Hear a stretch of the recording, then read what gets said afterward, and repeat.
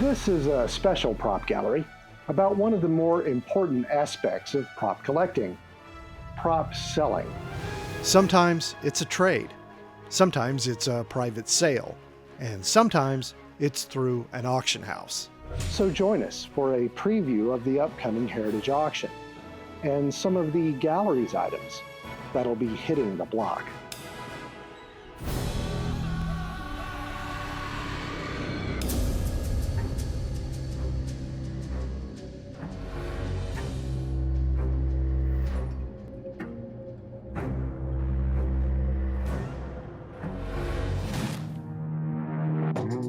I'm Captain Kirk, longtime passionate collector of old school sci-fi. Join me as we explore classic props and the tales they tell in the prop gallery.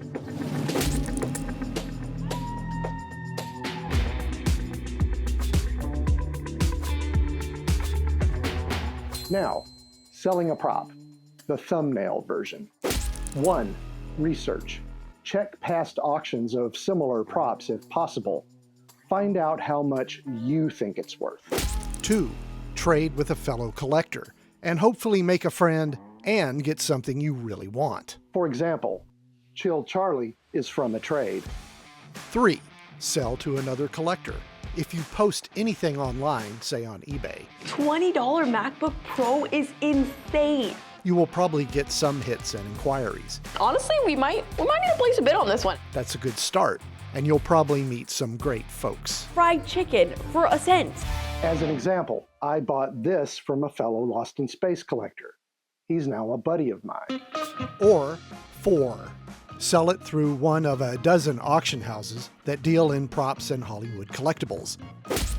Of course, every single legit auction house has a website with detailed information on how to submit your commissions.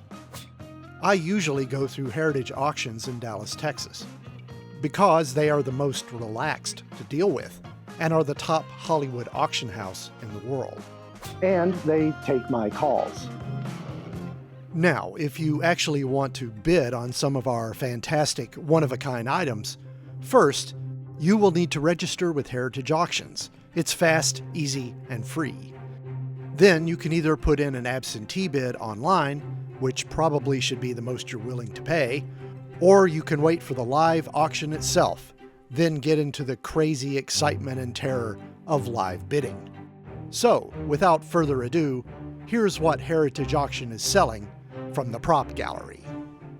Up first, a Remoran shuttle from the Joe Dante directed pilot, the OSIRIS Chronicles.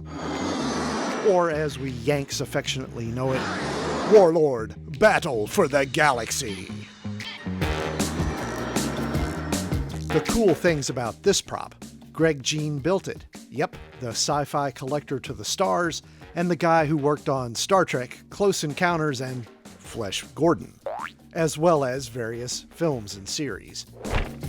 The galleries is the hero version, with fine detail, removable landing gear, and working lights.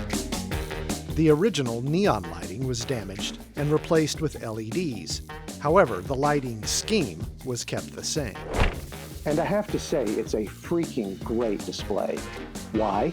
Because it's self-contained and sits on its own 3 little feet. Next on the block, the Lizzie, from the very short-lived but much-loved Space Rangers, circa 1993. Now, this is a lot, which means you get a lot. What you get? The Lizzie spaceship, Doc's ear and hand, which is signed by Jack McGee, best known for his 3 seasons on Rescue Me. I swear to God, I think it had a heartbeat. Nice guy. And most cool, Boone's badge. He's like the star. Also cool, this is the only remaining version of Lizzie with the original Flying Tigers paint job. The main Lizzie model was much larger.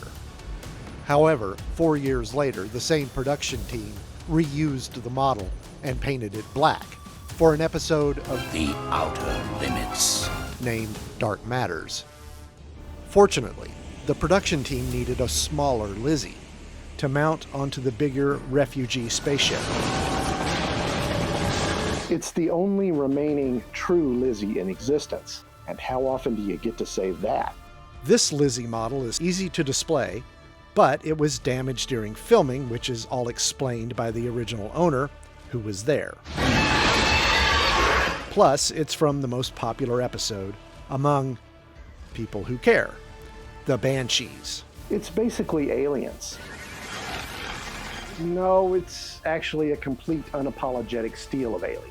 So, you get the only surviving Lizzie spacecraft, plus all the other cool and personalized crap. Next! 2 guns from the Steven Spielberg-produced, Prepares to depart for Terra Nova.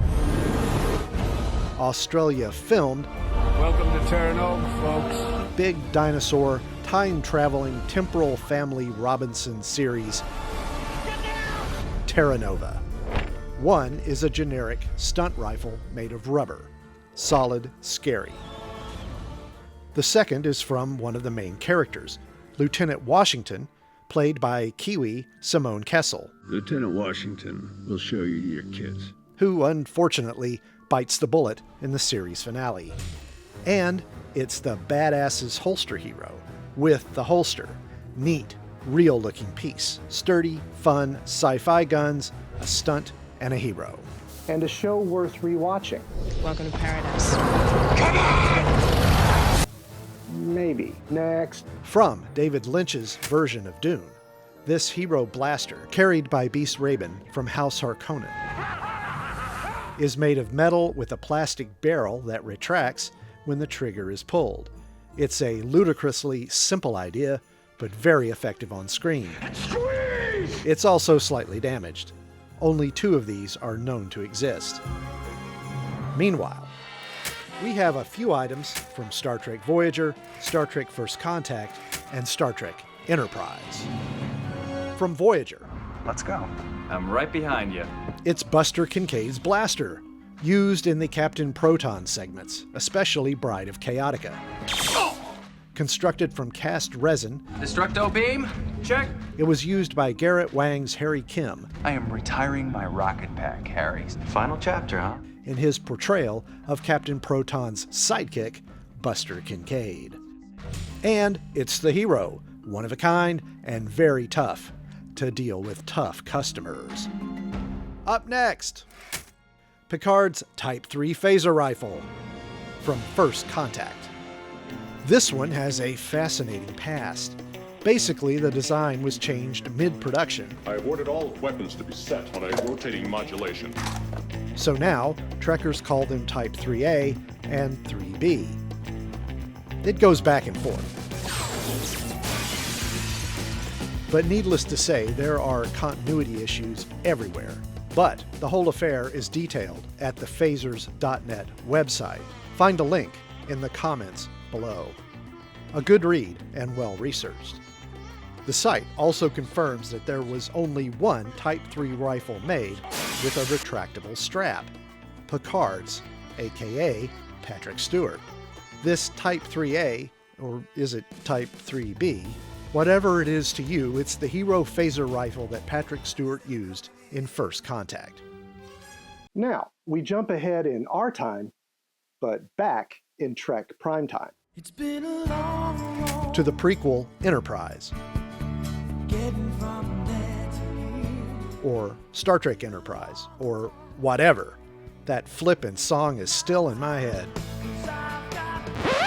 This lot comprises 2 pieces used in the same scenes by the same actors as the same aliens. One of them also lights up. The pieces, I mean, not the aliens. It's this little beauty, made of foam with the original electronics. In Trek Primetime, it's basically a transport enhancer for space pirates. Good episode with a lot of action. The rifle is made of hard foam with nice detailing. It was used at least 3 times during seasons 3 and 4, once sporting the nose of a narwhal. Finally, it moved up from space pirates to space Nazis, so it had a few paint jobs. Did I mention the transporter device lights up? Next! There are those who believe that life here began out there. There is a truly one-of-a-kind thing about this piece. From the original Battlestar Galactica. Commandant. Description. It's a weapon used by the first human antagonists that the colonial fleet came across, the Eastern Alliance. Please. You have children to protect. It's rather delicate as it was made from plastiform, which was a common tool in the late 70s prop shops. But it does look really familiar.